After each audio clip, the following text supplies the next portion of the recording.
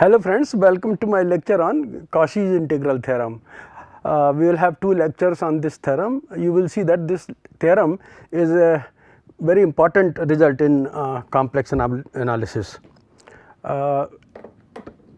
We will need two results which we have given in the following two examples. First is that if fz is equal to a constant k and c be any rectifiable curve joining 2 points z naught and z in the complex plane, say suppose we have two points z naught and z in the joining which are the end points of a curve C in the complex plane, and this is the direction of increasing values of t. Then integral over C k times dz, which is limit n tends to infinity S n is equal to k times z minus z naught. Now, in our last lecture we had seen that how to evaluate integral over C f z dz. What we had done was we divided the curve C into n parts by means of points z naught, z 1, z 2 and then say z m minus 1, z n, z m and then z n. Okay. So, z n is equal to here is capital Z, and then we had chosen arbitrary points zeta 1 here, zeta 2 here and say zeta m here between z m minus 1 and z m, and then between z n minus 1 and z n we had chosen zeta n, and then we have formed the sum S n as sigma m equal to 1 to infinity 1 to n f zeta m delta z m. This was defined as S n. Okay. Then we had said that let n go to infinity in such a way that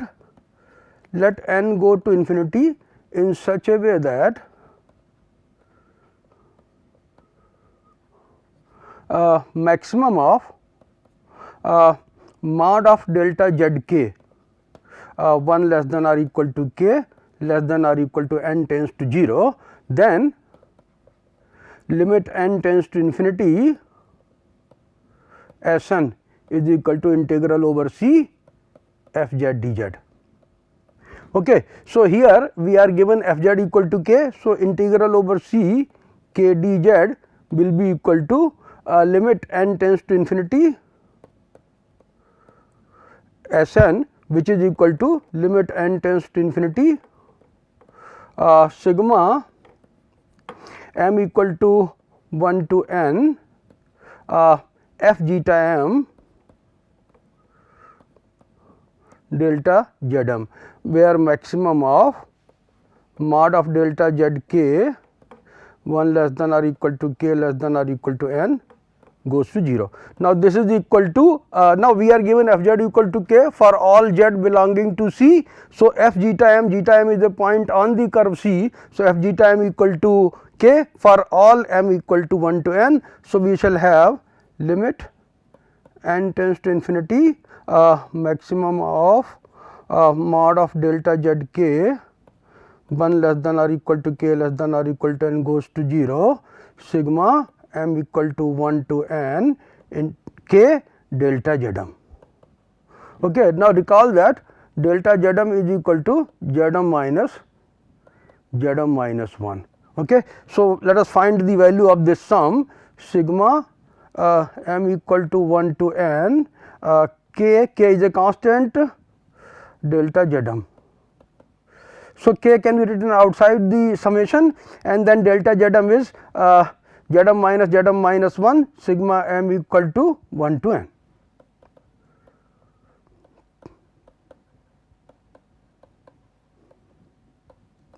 Okay. When you will expand this, what you get is k times z 1 minus z naught, then z 2 minus z 1 and so on z n minus 1. Okay. So, what will happen? Z1 will cancel with Z1, Z2 will cancel with Z2, and so on. Zn minus 1 will cancel with Zn minus 1, and what we will get? K times Zn minus Z naught. Okay. And Zn is equal to Z. Okay. So, what we will get? This will be limit n tends to infinity maximum of mod of delta Z k goes to 0. This is nothing but k times Z minus Z naught. So, you can see that summation k m equal to 1 to n k times delta Z m is k times Z minus Z naught. Okay. So, whatever be the subdivision of the curve C n by n by taking n points, okay, this value remains constant, it does not depend on n. Okay. So, this is limit is equal to k times Z minus Z naught. Okay. So, this is what we get, integral over C k dz is equal to k times Z minus Z naught. Now, suppose this curve C is a closed curve. If C is a closed curve, then capital Z will be equal to Z naught. So, if C is a closed curve, simple closed curve, let me say,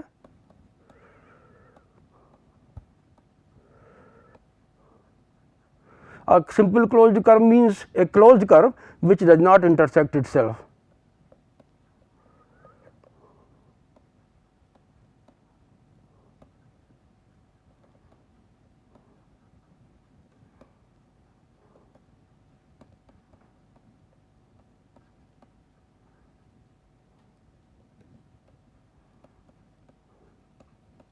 So, in this curve, if the Z and Z naught they are same, they meet, then this will be a closed curve. So, when so then what will happen? Z will be equal to Z naught, and so integral over C k dz will be equal to 0. Okay. So, in case of a closed curve, when C is a closed curve, we will need this result later on when we prove the Cauchy's theorem. Okay. Now, let us go to another example. Now, let us consider f z equal to z. Okay. So, here we take f z equal to z identity function f z equal to z, and we shall find the value of the integral over z naught to z. Again we are taking the same curve, say joining the points z naught and z in the complex z plane. Okay. We shall show that it is half of capital Z square minus Z naught square. So, in particular, if C is a closed path, that means Z naught becomes equal to Z, then you see that the value of the integral is 0. So, what we do here, let us again recall the definition of the integral of f z, integral over C f z dz is equal to limit m n tends to infinity S n, where maximum of mod of delta Z k 1 less than or equal to k less than or equal to n goes to 0, and S n is sigma m equal to 1 to n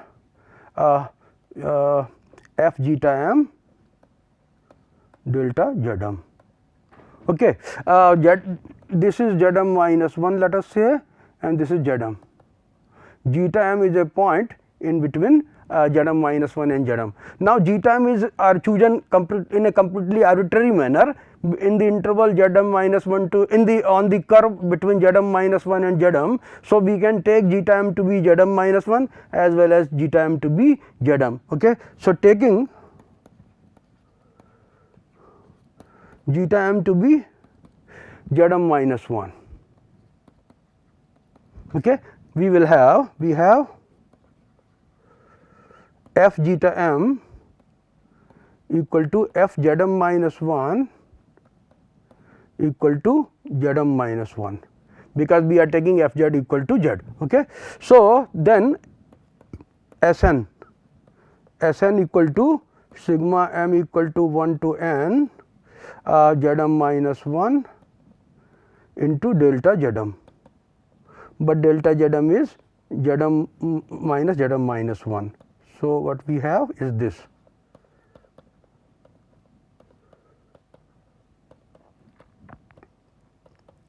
Okay, this is what we have.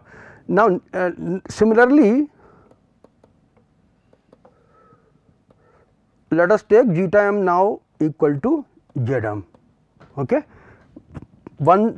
First we have taken zeta m equal to Zm minus 1, now we take zeta m equal to Zm. So, then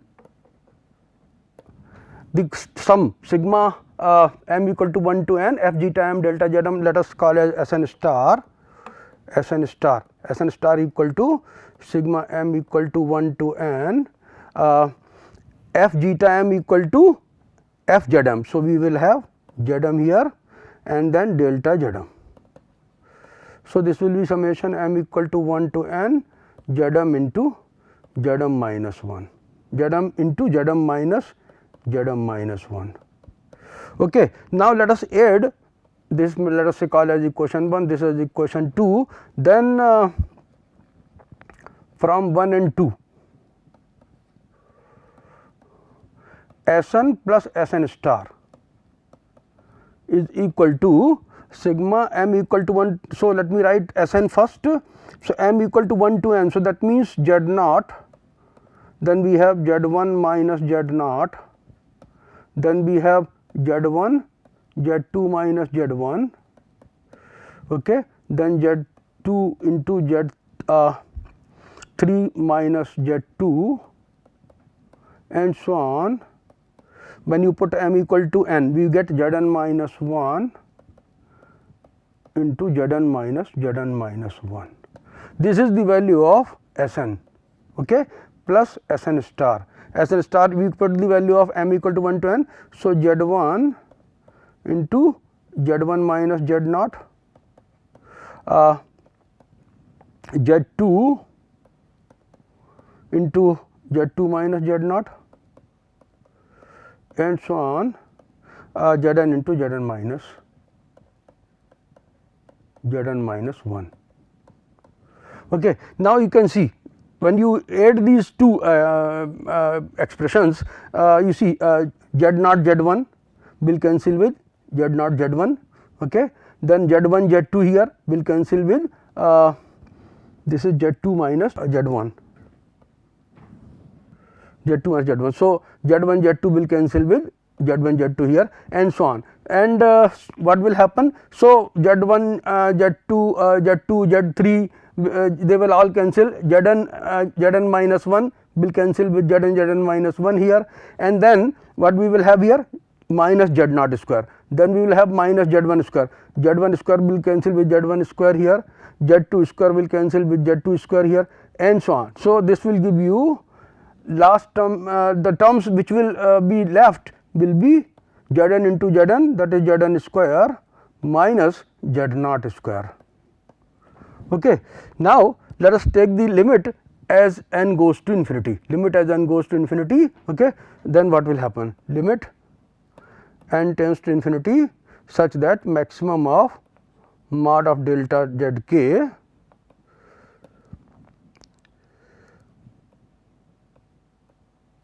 maximum mod of delta Zk goes to 0, okay. Sn plus Sn star by our definition is equal to integral over C, limit of Sn is integral over C f z dz, and limit of Sn star is also integral over C f z dz, because zeta m can be chosen anywhere on the curve between Zm minus 1 and Zm. For one time we have chosen it as Zm minus 1 and the other time we have chosen it Zm.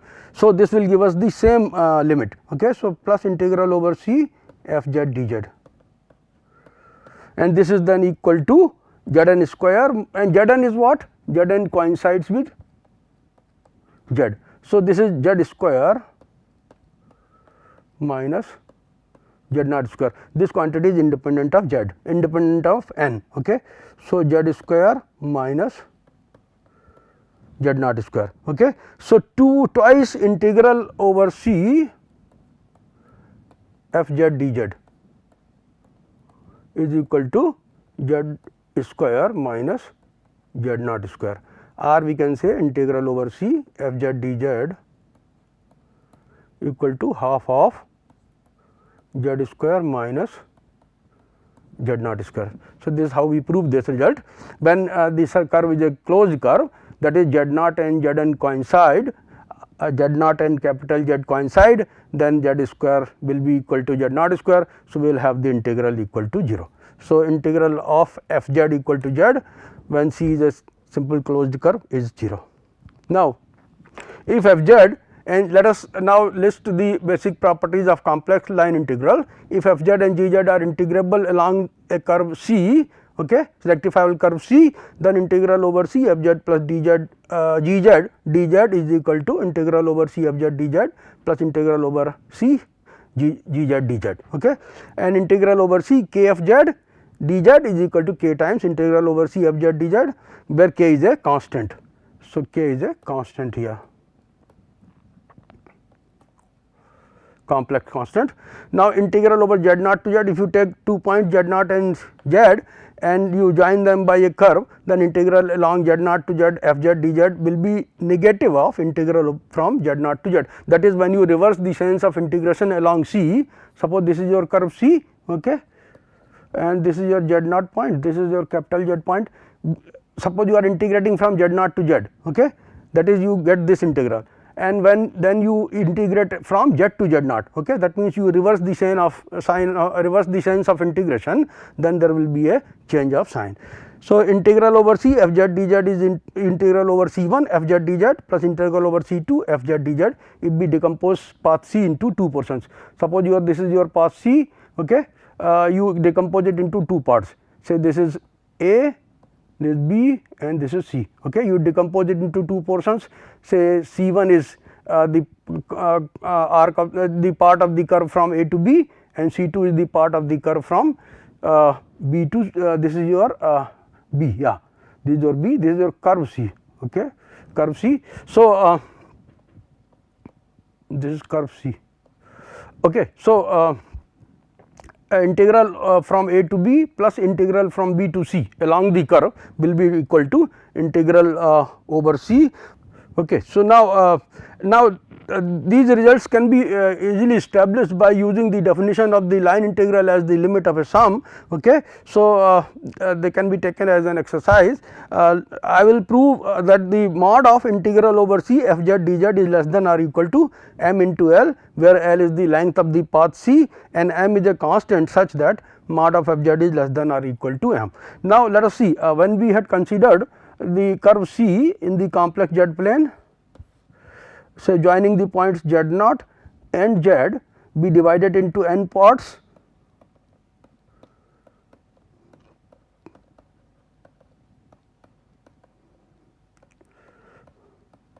by means of points z1 z2 zn minus 1 and zn, okay.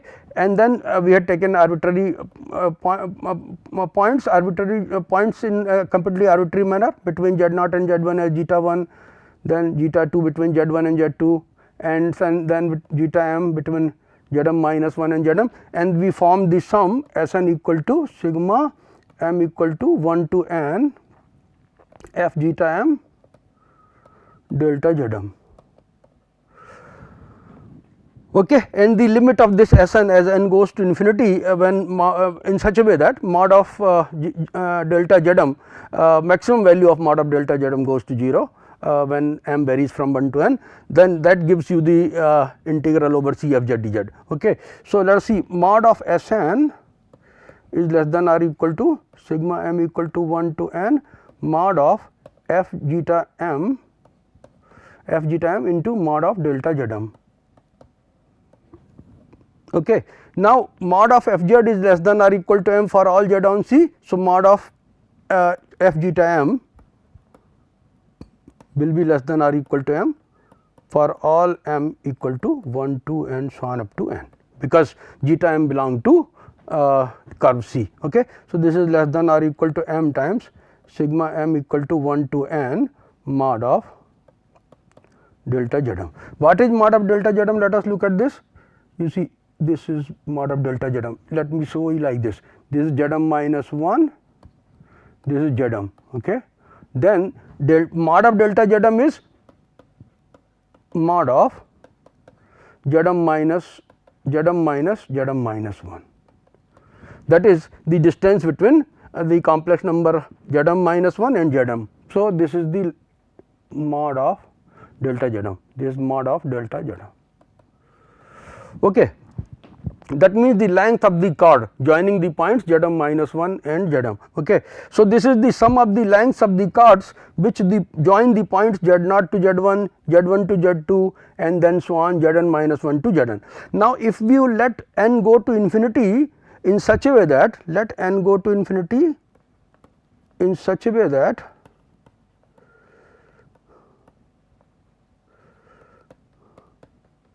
maximum of mod of delta Zm, where m varies from 1 to n, this goes to 0. So, you go on increasing the number of points that divide the curve into n parts, okay, in such a way that the maximum length between any two points goes to 0, okay, between the points of the subdivision goes to 0, then what will happen? Limit n tends to infinity, mod of Sn will be less than or equal to m times limit n tends to infinity sigma m equal to 1 to n mod of delta Zm. This will be equal to m times L. That is, the sum of the lengths of the chords will tend to the length of the curve C. Okay. So, limit n tends to infinity mod of a sigma m equal to 1 to n mod of delta Zm will be equal to m into L.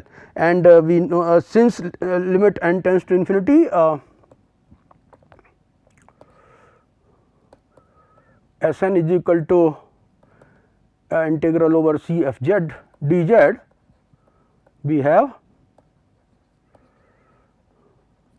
limit n tends to infinity mod of Sn is equal to mod of integral over C f z dz, because this can be easily established, because mod of Sn minus mod of integral over C f z dz by triangle inequality is less than or equal to mod of Sn minus integral over C f z dz. Okay.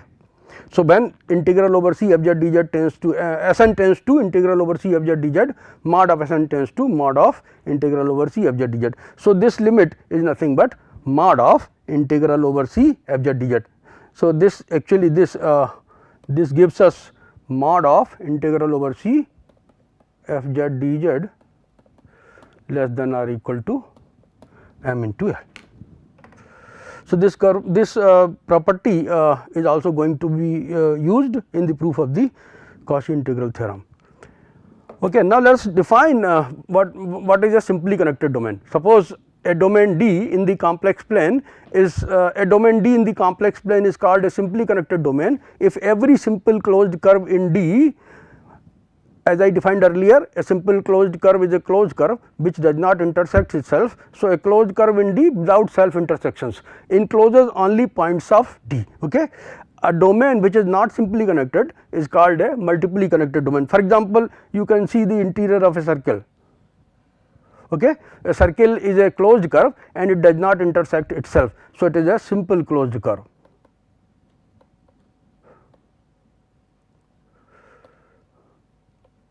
If you take a rectangle, it is a closed curve which is a simple closed curve because it does not intersect itself.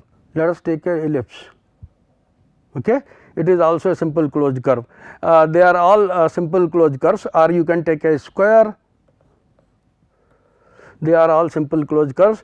The interior of a simple closed curve is a simply connected domain. In general, the interior of a simply closed curve is a simply connected domain. If you take a circular ring,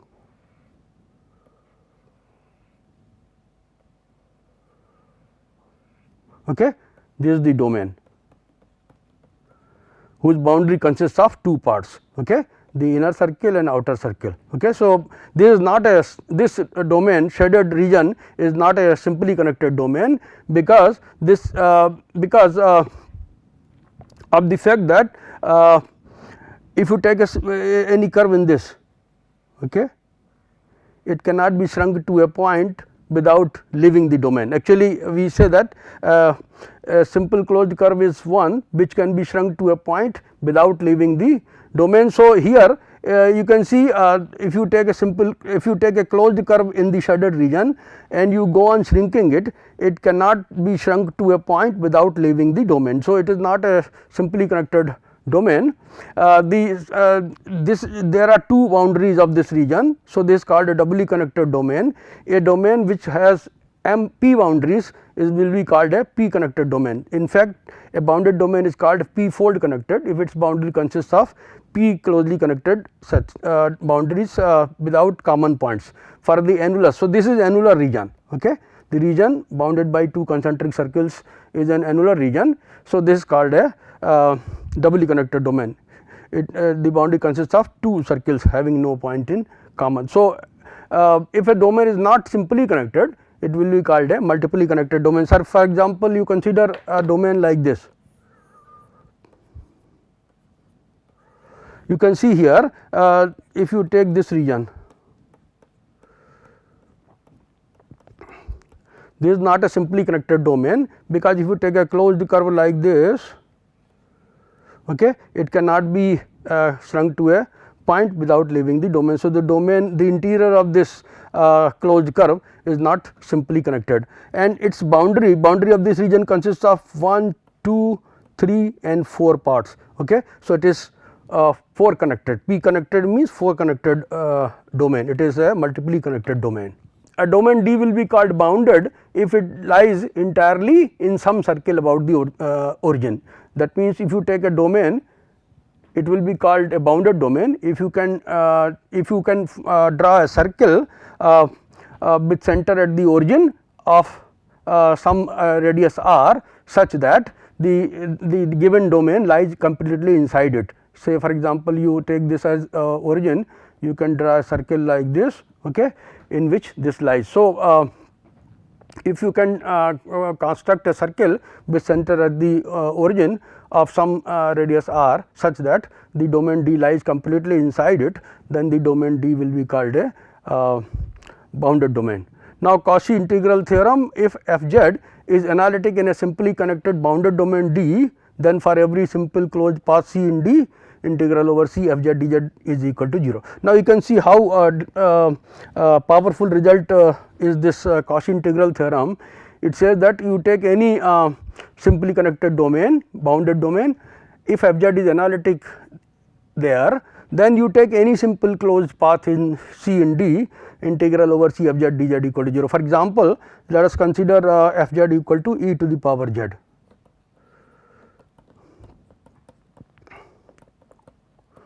We know that it is an analytic function, it is analytic for all z in the complex plane,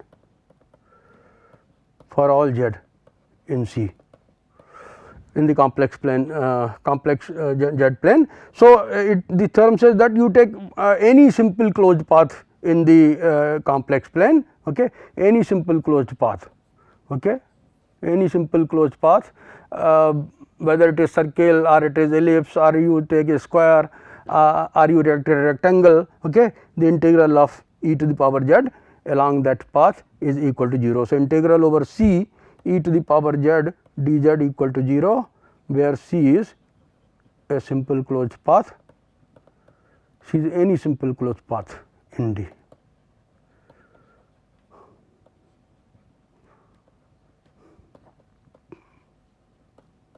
D means the whole complex plane, that is the whole complex z, whole z plane.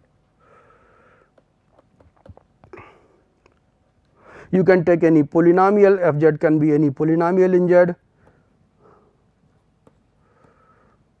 The same situation, the integral over C f z dz will be 0.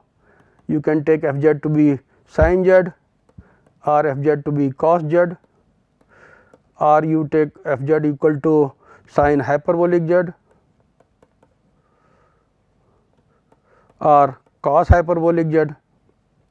They are all analytic functions for all z, and so integral of f z, okay, will be 0, integral of f z dz will be 0 for along any simple closed curve in the complex plane for these functions. Okay. So, this is a very powerful result. Let us see how we prove this. We begin with the case. First, let us consider the case where the simple closed curve C is the boundary of a triangle. You can see the triangle boundary of the triangle is a simple closed curve. It is a closed curve and it does not intersect itself. Okay. So, C here is the boundary of a triangle. Now, what we will do? We will show that integral over C fz dz is equal to 0. Okay. We will show that integral over C fz dz equal to 0, where C is the boundary of a triangle. Now, so integral over C fz dz can be written in. So, here let me say this is A, this is B, this is C, this is D, E, F. Okay. Then integral over C fz dz will be equal to what? Integral over C fz dz will be equal to integral over A d b e c, A d b e c f a f z. Okay. A d b e c f a. Okay.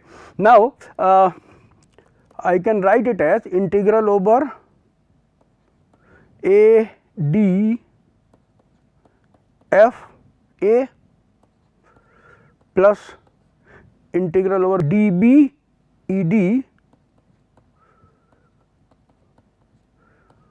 plus integral over E c f e plus integral over E d f e. Okay. So, there are 4 triangles A d f a, then d b e d, then E d f e, then E c f e. Okay. Now, I say that integral over C f z dz, which is A d b e c f a, is equal to this. Why? Because when we find the integral over A d f a means integral over A d f a means integral over A d plus integral over d f plus integral over f a, and integral over d b e d means integral over d b plus integral over b e plus integral over E d. Integral over E c f e similarly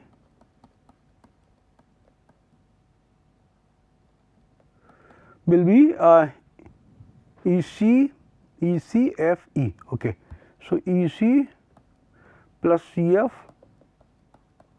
plus integral over f e, and then lastly integral over E d f e. This is equal to integral over E d plus integral over d f plus integral over f e. This along the triangle E f c we are moving anti-clockwise. So, E f c e, E f c e it should be. So, here E of c. Okay. So, we will have here E of f c c e. Okay. E f, then f c, then c. Okay. Now, here we have E d, okay, E d f e. So, E d f e. So, E d plus d f plus f e. Now, let us add all these integrals. So, what we will get? We will write here this way.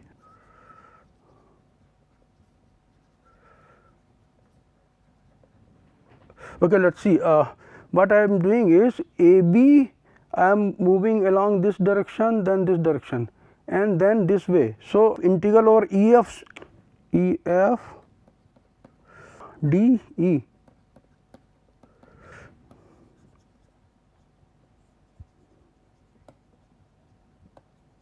Okay, so E c f e, so E c and then integral over C f, then integral over f e. So, this will be anticlockwise, okay. And here in the case of the triangle, so E f f d and then d. Now, whether they cancel, you see, so d f cancels with f d because they are in opposite directions, then d e cancels with E f cancels with f e and E d cancels with d, okay. And what we have, A d plus d b, this A d plus d b means A b, okay. And then we have b e plus E c, so b e plus E c, that means that integral over b c, and then we have two more C f and f a, okay, that is integral over C a. So, integral over C f z d z, which is integral along A b plus integral along B c plus integral along C a, can be written as the sum of 4 triangles, and these triangles have been made by taking D, E and F as the midpoints of the sides A, B, B, C and C A. So, these are D, E and F are midpoints of A, B, B, C and C A. So, by taking D, E and F to be the midpoints of the sides A, B, B, C and C A, okay, and then joining them, joining D to E, then E to F and F to D, we find 4 triangles, okay, and we see that integral over the triangle ABCA, integral along the path ABCA is equal to the sum over the boundaries of the 4 congruent triangles. These are all 4 congruent triangles, okay. So, let C be the boundary of the triangle, let us orient it in the counterclockwise sense, okay. By joining the midpoints of the sides of the triangle, we subdivide it into 4 congruent triangles, okay. So, let us name those congruent triangles as C1, C2, C3 and C4, okay. So, C1 is ADFA, this is C1, ADFA, okay, this is C1. C2 is DBED, DBED, this is C2. C3 is EFCE, this should be ECFE, ECFE, okay. So, ECFE, this is C3, okay, this C3 and C4 is this one EFDE, okay.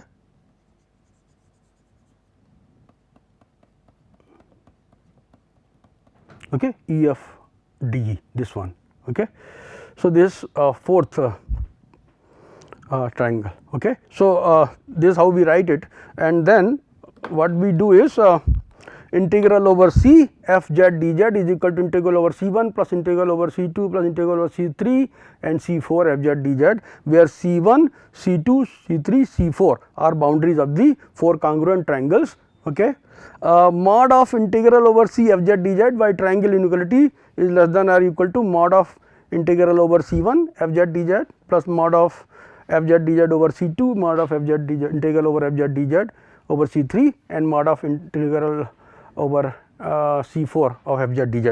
So, now what we do is, let us say that C1 be the boundary of that triangle which corresponds to the term on the right side of this equation, okay, having the largest value. If there are 2 or more such terms, then C1 is the boundary of any of the associated triangles, okay.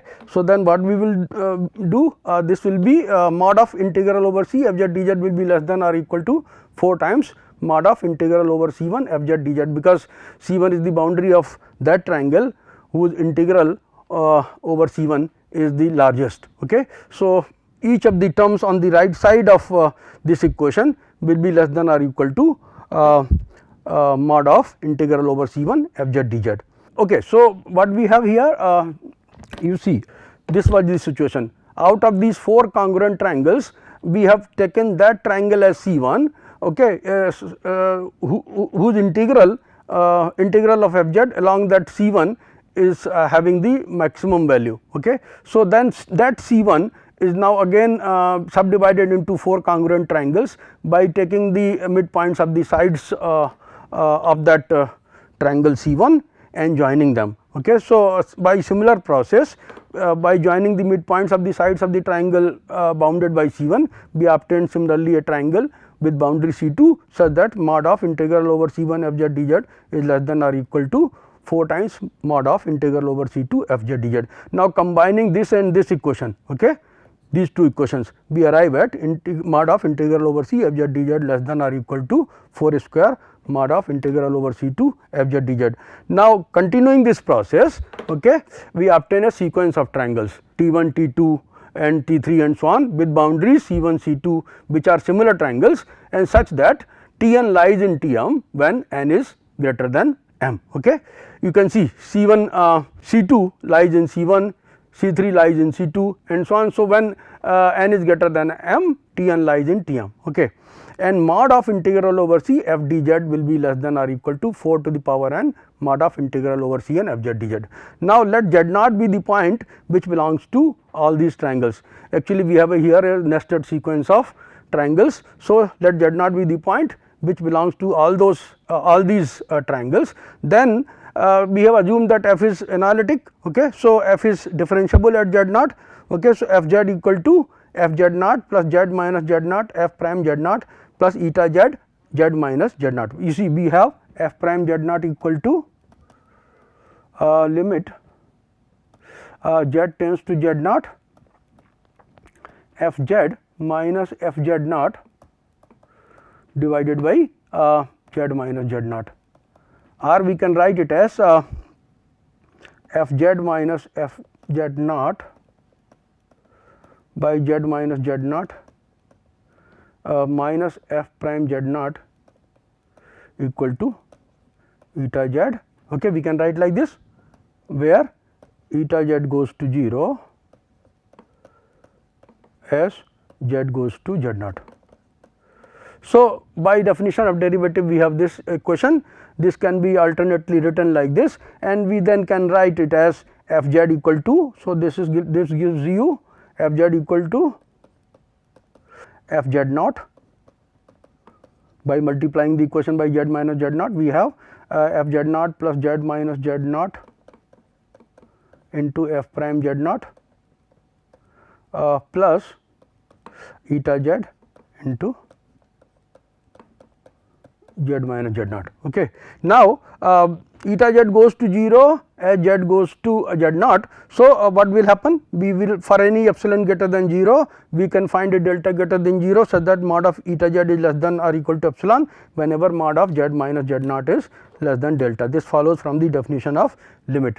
Now, from the equation 2, okay, let us see how we get this equation. Okay. Let us integrate this equation 2. Okay. Let us integrate this with along the curve C, okay, along the curve Cn. Okay. Cn is the boundary of the triangle Tn. So, what we will have here, when we integrate, we have the equation f z equal to f z naught plus z minus z naught f prime z naught plus eta z z minus z naught.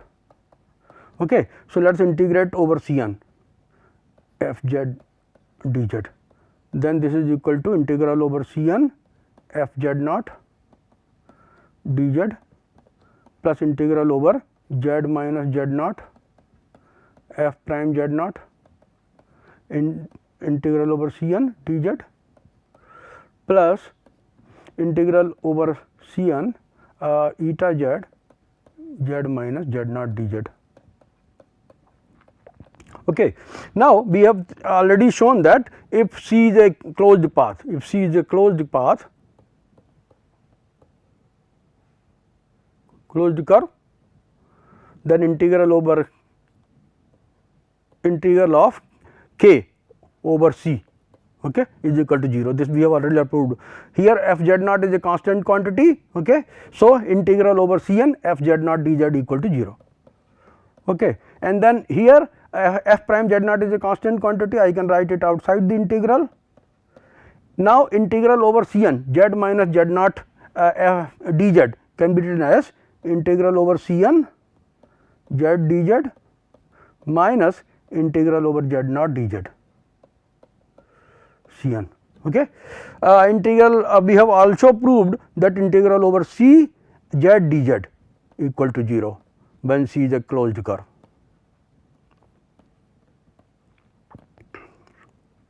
Simple closed curve, okay. So, integral over Cn z dz is equal to 0 because Cn is the boundary of the triangle Tn, okay, which is a simple closed curve. So, this is equal to 0, integral over Cn z naught dz is also 0, this by using this result. So, this is 0, this is 0, okay. So, we have integral over Cn eta z z minus z naught dz, okay. So, this is equal to what we have here 0, this is 0. So, integral over Cn z minus z naught into eta z dz. So, this integral, okay, this integral is equal to this integral, this is 0 and this is 0, okay. So, integral over Cn f z dz is equal to this. Now, let us take n to be so large that the triangle Tn, okay, the triangle Tn whose boundary is given by Cn lies in the disk mod of z minus z naught less than delta. We have already found a delta corresponding to epsilon because eta z goes to 0 as z goes to z naught. So, let us take the disk mod of z minus z naught less than delta. Let us say this is your z naught, construct this circular disk, this is mod of interior of this, okay, is mod of z minus z naught less than delta. So, take n to be so large that the triangle Tn lies in the, because z naught lies in any every triangle Tn, okay. So, when n is very large, Tn will lie inside this disk mod of z minus z naught less than delta. Let us say ln be the parameter of Cn. If ln is the parameter of Cn, then ln will be equal to L by 2 to the power n, where L is the parameter of C. Why? Because this was your triangle ABC, okay. By joining the midpoints of the sides of the triangle,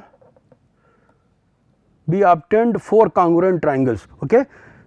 Since we joined the midpoints D, E and F, okay, each of these 4 congruent triangles has half of the perimeter of the ABC triangle. So, the triangle ABC, if it has perimeter L, okay, then each of these 4 congruent triangles will have perimeter L by 2. So, this is when n equal to 1.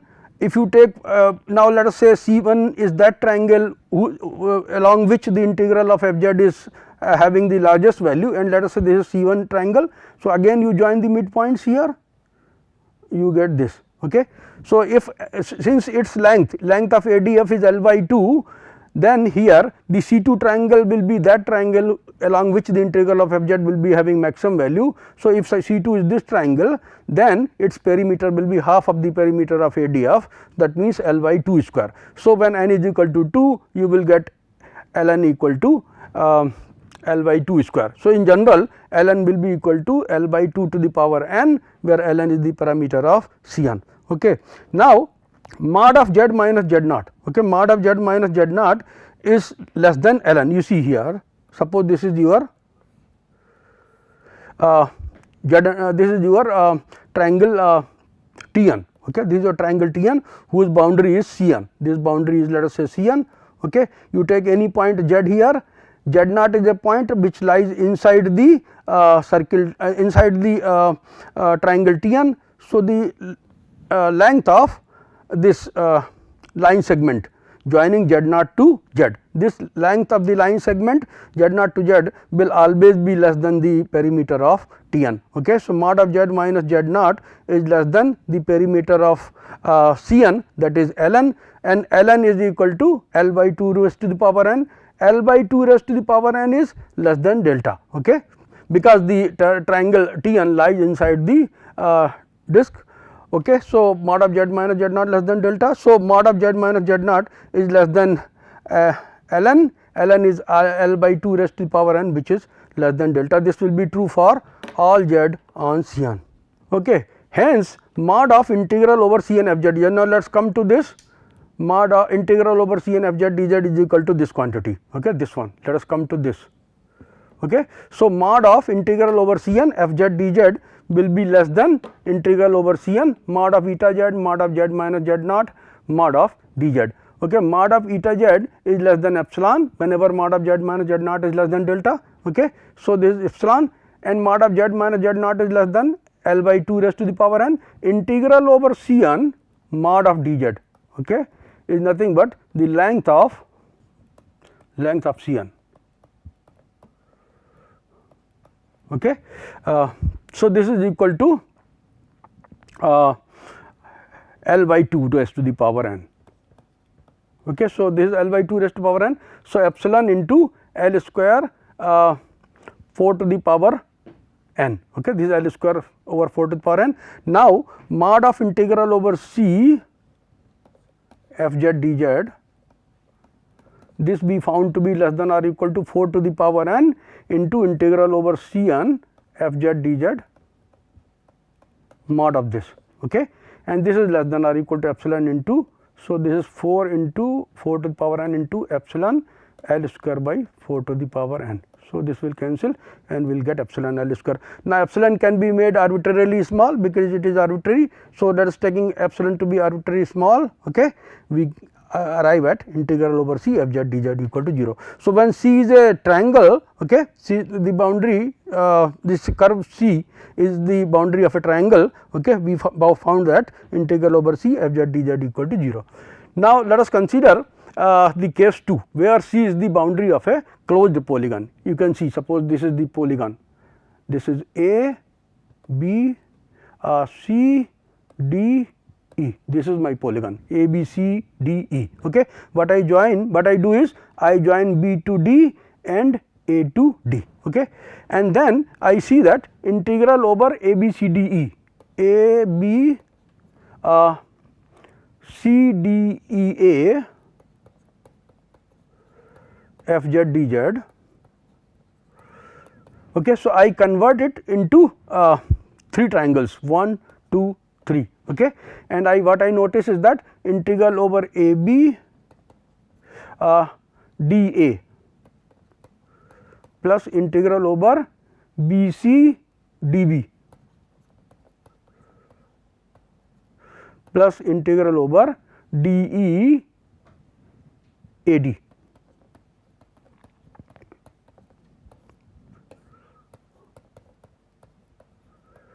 Sum of these 3 integrals is equal to integral over A B C D E A. While finding integral over A B D A and then B C D B and then C D D E A D, okay, we will be moving along B D in the opposite directions, B D and D B, and then here again along D A in the opposite directions, A D and D A. So, integral along A D and D A will cancel.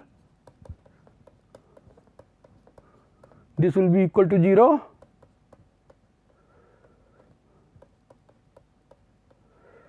and similarly integral along B D.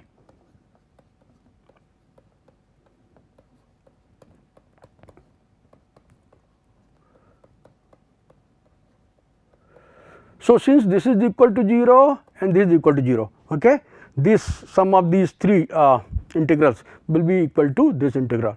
Okay. Now, integral A B d A, we have already proved that if C is the boundary of a triangle, then integral along C is equal to 0. So, integral along A B d A will be 0, integral along B C d B that will also be 0, and then integral along D E A D that will also be 0, and we will get 0. So, we subdivide the polygon into triangles, the integral corresponding to each such triangle by using case 1 is 0, and so the sum of these triangles is equal to 0, and this proves the Cauchy integral theorem for the case where C is the boundary of a closed polygon. Now, in the next lecture we shall consider any simple closed curve C in the complex z plane and show that the integral of f z along that simple closed curve C is equal to 0.